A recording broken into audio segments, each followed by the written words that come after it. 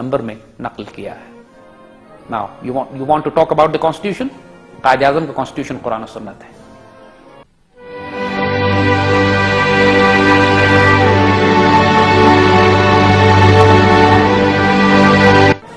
اسی طرح ایک اور موقع پر راولپنڈی میں ایک محفل تھی، اس میں ایک صاحب نے محمد جان جن کا نام ہے قائد اعظم سے سوال کیا کہ اگر ہم فرض کر لیں کہ آپ کی موجودگی میں پاکستان بنتا ہے، یعنی لوگوں کو یقین بھی نہیں تھا کہ پاکستان بنے گا، کہتے ہیں اگر ہم فرض کر لیں کہ آپ کی موجودگی میں پاکستان بنتا ہے اور آپ اس ملک کے سربراہ ہوتے ہیں تو پھر دستور کی کیا حیثیت ہوگی، قانون لا کیا بنے گا، آئین کانسٹیٹیوشن کیا ہوگا.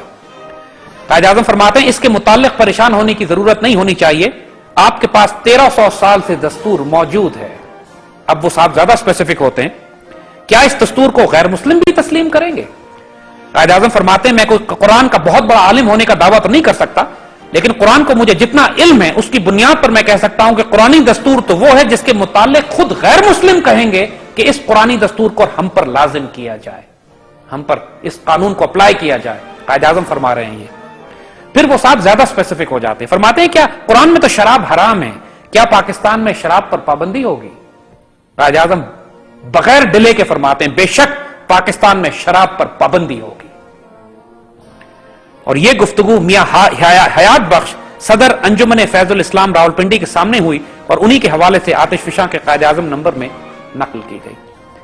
خواتین و حضرات، now it is decisively clear کہ قائد اعظم کون سا پاکستان بنانا چاہتے تھے. قائد اعظم کے پاکستان میں دستور قرآن و سنت کا ہوگا، قائد اعظم کے پاکستان میں شراب حرام ہوگی، قائد اعظم کے پاکستان میں ایک ایسی تجربہ گاہ بنے گی جہاں پہ اسلام کا تمام نظریہ حیات امپلیمنٹ کیا جائے گا، مسلمان قرآن و سنت کے مطابق زندگی گزاریں گے، اور اسلام کی بقا اس میں مضمر ہے. قائد اعظم کے الفاظ کے مطابق کہ ہم صرف آزادی بحیثیت آزادی کے لیے نہیں حاصل کر رہے، بلکہ ہم پاکستان اس لیے بنا رہے ہیں کہ یہاں پر اسلام کی بقا یہاں پہ مضمر ہے. ہم پاکستان کو اسلام کا ایک قلعہ بنائیں گے، اور یہ بھی قائد اعظم کے الفاظ ہم سنائیں گے ابھی آپ کو. اسی طرح بخت جمال خان فرنٹیئر سے مسلم لیگ کے بہت بڑے جوشیلے کارکن تھے، صوبہ سرحد کے غیرت مند پشتون، وہ قائد اعظم کے پاس آتے ہیں اور قائد اعظم سے پوچھتے ہیں کیا مسلمانوں کی الگ مملکت بن جانے کی صورت میں یہاں قرآنی نظام نافذ ہوگا؟ قائد اعظم فرماتے ہیں یقیناً، اس میں کیا شک ہے. بخت جمال فرماتے ہیں کیا یہ آپ کا وعدہ ہے؟ قائد اعظم کہتے ہیں بالکل ہے. اور پھر بخت جمال اپنا ہاتھ قائد اعظم کے ہاتھ میں دیتے ہوئے کہتے ہیں یہ آپ کے ہاتھ پر بیعت ہے، میں اسلامی مملکت کے قیام کی خاطر ہر قسم کی قربانی دوں گا. یہ دیکھیے اس ایموشنلزم، جذبات اس غیرت مند غیور پشتون کی، کہ جب اس کو یہ یقین ہو جاتا ہے کہ یہاں پر قرآن کا نظام نافذ ہوگا تو قائد اعظم کے ہاتھ پہ بیعت کر لیتا ہے. اور یہ مکالمہ بھی آتش فشاں کے قائد اعظم نمبر میں خان بخت خان کے حوالے سے نقل کیا گیا ہے. ایک موقع پر مسلم لیگ کی خواتین کا ایک گروپ قائد اعظم سے ملنے کے لیے آتا ہے اور رضیہ برلا سوال کرتی ہیں قائد اعظم سے کہ پاکستان میں نظام حکومت کے بارے میں کہ پاکستان میں طرز حکومت کیا ہوگا. قائد اعظم جواب فرماتے ہیں کہ اسلام میں مذہب اور سیاست دو الگ الگ چیزیں نہیں ہیں. دیکھیے یہ ڈیسائسو فیصلہ کر دیا گیا ہے کہ ریاست اور مذہب الگ نہیں ہوگا، ریاست اور مذہب ایک وجود ہوگا. یہ قائد اعظم کا جواب مسلمان خواتین کے ساتھ تھا. آج ہم بہت ساری خرافات سنتے ہیں، کبھی انلائٹن ماڈریشن کا نام دیا جاتا ہے، کبھی دین الہی پیدا کیا جاتا ہے، کبھی کہا جاتا ہے کہ مغرب کی ویلیوز کو اڈاپٹ کیا جائے تاکہ ہم اقلیتوں کے ساتھ وہ سلوک کر سکیں کہ جو مغرب نے ہمیں سکھایا ہے، سیکولر ریاست ہونی چاہیے. اس قسم کی خرافات اس وقت میں قائد اعظم کے ساتھ بھی ہوا کرتی تھی. لوگ ہر قسم کے سوال کیا کرتے تھے. بتایا جاتا ہے کہ جب 1947 میں لارڈ ماؤنٹ بیٹن آزادی کی تقریبات میں حصہ لینے کراچی آئے تو انہوں نے اپنی تقریر میں کہا مجھے امید ہے کہ اقلیتوں کے سلسلے میں پاکستان میں اکبر کی تقلید کی جائے گی. اکبر نے جو دین الہی نکالا تھا، ماؤنٹ بیٹن یہ کہتا ہے کہ پاکستان میں اکبر کو فالو کیا جائے گا. قائد اعظم کیا جواب دیتے ہیں؟ فرماتے ہیں ہمیں اکبر کی تقلید کرنے کی کیا ضرورت ہے، ہمیں اپنے رسول پاک صلی اللہ علیہ وآلہ وسلم کے نقش قدم پہ چلیں گے جنہوں نے 1300 سال پہلے صرف الفاظ ہی سے نہیں بلکہ عملاً عیسائی اور یہودیوں سے انتہائی درجے کی رواداری کا سلوک کیا اور ان کے عقیدے اور دین کا احترام کیا. یہ پاکستان بننے کے وقت ماؤنٹ بیٹن کو جواب دیا جاتا ہے قائد اعظم کی طرف سے کہ ہمیں کوئی دین الہی، کسی اکبر کے مذہب کی ضرورت نہیں ہے، ہم اللہ کے رسول صلی اللہ علیہ وآلہ وسلم کی سنت پہ چلیں گے. اور یہ کوئی چھوٹا موٹا سڑکی اجلاس نہیں تھا، کوئی کارنر میٹنگ نہیں تھی. یہاں پہ وائس رائے، فارمر وائس رائے موجود ہے، new future governor general of Pakistan کا پالیسی سٹیٹمنٹ دے رہے ہیں اور اس کو مخاطب کر کے کہتے ہیں کہ پاکستان میں اللہ کے رسول کا قانون نافذ کیا جائے. یہ تو ساری باتیں تھیں جو پاکستان بننے سے پہلے کی تھی. آئیے پاکستان بننے کے بعد قائد اعظم نے کیا فرمایا. جو اعتراض کیا جاتا ہے کہ اس پاکستان بنانے کے لیے انہوں نے یہ ساری باتیں کی تھی، پاکستان بننے کے بعد تو ان کا کوئی مقصد ایسا نہیں تھا. ہم ماؤنٹ بیٹن والی مثال تو آپ کو دے ہی چکے ہیں، جس کو قائد اعظم نے صاف صاف جواب دیا تھا کہ ہمیں اقلیتوں کے معاملے میں، باقی تمام معاملات میں صرف اللہ کے رسول کی پیروی کرنی ہے صلی اللہ علیہ وسلم. پاکستانی آرم فورسز سے خطاب کرتے ہوئے پاکستان بننے کے بعد اکتوبر 11 1947 میں قائد اعظم فرماتے ہیں establishment of Pakistan was only a means to an end and not the end in itself. Pakistan بنانا بذات خود مقصد نہیں تھا، ایک اعلیٰ ترین مقصد کو حاصل کرنے کا صرف ایک ذریعہ ہے. اور پھر اس کو ایکسپلین کرتے ہیں اس ذریعے کو. The idea was that we should have a state in which we could live and breathe a free men and which we could develop according to our own lights and culture, where principles of Islamic social justice could find fair play. اسلام کا معاشی عدل کا نظام ہم وہاں قائم کریں. پھر فرماتے ہیں if we take inspiration and guidance from the Holy Quran, the final victory, I once again say, will be ours. اگر ہم قرآن سے ہدایت لیں ultimately فتح ہماری ہوگی.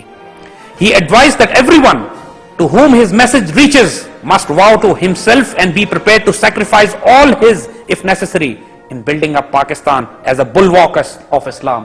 اسلام کا قلعہ بنانے کے لیے اپنا سب کچھ قربان کرنا پڑے تو قربان کر دو. Do not be afraid of death. موت سے مت ڈرنا. Save the honor of Pakistan and Islam. خواتین و حضرات ان الفاظ پہ غور کیجئے. ایک انقلابی ہمارے وجود کے رونگٹے کھڑے ہو جاتے ہیں جب ہم قائد اعظم کے ان الفاظ پر پڑھتے اور سوچتے ہیں کہ وہ پاک فوج کے سپاہیوں سے، آفسرز سے، جوانوں سے مخاطب ہو کے کہہ رہا ہے کہ موت سے خوف مت کھانا، اپنا سب کچھ قربان کر دینا اسلام اور پاکستان کے لیے. وہ اسلام اور پاکستان میں فرق بھی نہیں کرتے. اسلام اور پاکستان ایک ہی وجود کا نام ہے ان کے نزدیک. پاکستان اسلام کی نمائندگی کرتا ہے، اسلام پاکستان کی روح. یہ قائد اعظم. اور صرف مختصر کرنے کے لیے سب سے کمال کی تقریر قائد اعظم کی وہ تقریر ہے جو آپ نے اسٹیٹ بینک کے افتتاح کرتے ہوئے 1948 میں کی، اور یہ آخری سرکاری تقریب تھی جس میں آپ شریک ہوئے. اس کے بعد آپ کا انتقال ہو گیا. اور اگر آپ اس تقریر کو پڑھ لیں تو انسان کے ذہن میں کسی قسم کا کوئی شبہ نہیں رہ جاتا کہ قائد اعظم کس قسم کا پاکستان بنانا چاہتے تھے. یہ آخری تقریر ہے. وہ ساری زندگی جو قائد اعظم نے اپنا تھاٹ پروسیس بلڈ کرتے رہے، آپ کی تربیت ہوتی رہی، آپ کی روحانی ارتقا ہوئی ہے، آپ اپنے آپ کو ریفارم کرتے رہے، آپ علامہ اقبال سے سیکھتے رہے، بڑے بڑے علماء جو آپ کو ہدایتیں اور گائیڈنس دیتے رہے. وہ قائد اعظم جو پہلے ایک انڈین نیشنلسٹ تھا، جو پہلے یونائٹڈ انڈیا میں رہنا چاہتا تھا، آخر میں وہ پین اسلامک لیڈر کے طور پہ جب سامنے آتا ہے، اس پوری زندگی کے سفر سے گزرتا ہوا تو آخری تقریر جو وہ کر رہا ہے، آئیے اس میں وہ کیا کہتا ہے. اسٹیٹ بینک کے افتتاح کے موقع پہ وہ کہتے ہیں، اور اس کا مفہوم یہی ہے کہ مغربی نظام نے انسانیت کو تباہی کے ایسے دہانے پر کھڑا کر دیا جس کی وجہ سے جنگیں برپا ہوئی ہیں کہ اب انسانیت کے پاس فلاح کا کوئی راستہ نہیں ہے سوائے قرآن اور سنت کے بتائے ہوئے اکنامک، معاشی، سوشل طریقوں کو اپلائی کیا جائے تاکہ انسانیت کوئی فلاح پا سکے. اور فرماتے ہیں کہ میں اسٹیٹ بینک کو غور سے دیکھوں گا کہ یہ وہ نظام نافذ کرتا ہے اس ملک میں یا نہیں. کچھ ہم اس کے کوٹس آپ کو سناتے ہیں. میں انتہائی غور سے آپ کی ریسرچ آرگنائزیشن کا جائزہ لوں گا. آپ کی آرگنائزیشن اسلامی معاشرتی اور معاشی اقدار پر عمل کرے. مغرب کے معاشی نظام نے انسانیت کے لیے عظیم مسائل کھڑے کر دیے اور دنیا کو مغرب کے اس معاشی نظام سے جو تباہی کی طرف لے جا رہا ہے اس کو صرف معجزہ ہی کوئی بچا سکتا ہے. مغرب کا معاشی نظام انسان کے درمیان مساوات قائم کرنے میں ناکام رہا ہے. پھر قائد نے فرمایا کہ ہمیں اپنی تقدیر اپنے انداز سے بنانی ہے اور دنیا میں ایک معاشی نظام متعارف کرانا ہے جس کی بنیاد اسلامی بھائی چارے اور معاشرتی مساوات پر ہو. جو ماڈرن بینکنگ سسٹم سود اور ربا کے پیپر کرنسی پر بیس کر کے جس نے دنیا کو تباہ و برباد کر کے رکھ دیا ہے، پوری دنیا میں انفلیشن، پوری دنیا کے اندر ہورڈنگ، پوری دنیا میں جو ڈسٹریبیوشن، انیکویٹیبل ڈسٹریبیوشن آف ویلتھ جس نے تباہ و برباد کر کے اربوں کروڑوں انسانوں کو ہلاک کر دیا ہے، قائد اعظم اس کے بارے میں کہہ رہے ہیں کہ یہ انسانیت کو تباہی کے دہانے پہ لے جا چکا ہے اور علاج اب صرف یہ ہے کہ اسلام کے بتائے ہوئے، قرآن و سنت کے بتائے ہوئے طریقوں پر انسان اپنے آپ کو، پاکستان خاص طور پر اور اسٹیٹ بینک ان پرنسپلز کو پاکستان میں اپلائی کرے اور ہم دنیا کو دکھائیں کہ اسلامی معاشری عدل کا نظام کیا ہوتا ہے. یہ آخری تقریر ہے آپ کی. خواتین و حضرات، اس کے بعد قائد اعظم کا انتقال ہو جاتا ہے، مگر قائد اعظم آج بھی زندہ ہیں. آئیے کچھ اور مثالیں آپ کو دیتے ہیں. قائد اعظم کی شخصیت کے کچھ اور پہلو آپ کو دکھاتے ہیں کہ جو اب آج تک ہماری قوم کے سامنے نہیں لائے گئے، جو آپ کو یہ بتائیں گے کہ وہ ایک سٹننگ غیر معمولی لیڈر کہ جو اللہ نے تحفے کے طور پر ایک سیاسی مدبر ہمارے پاس بھیجا.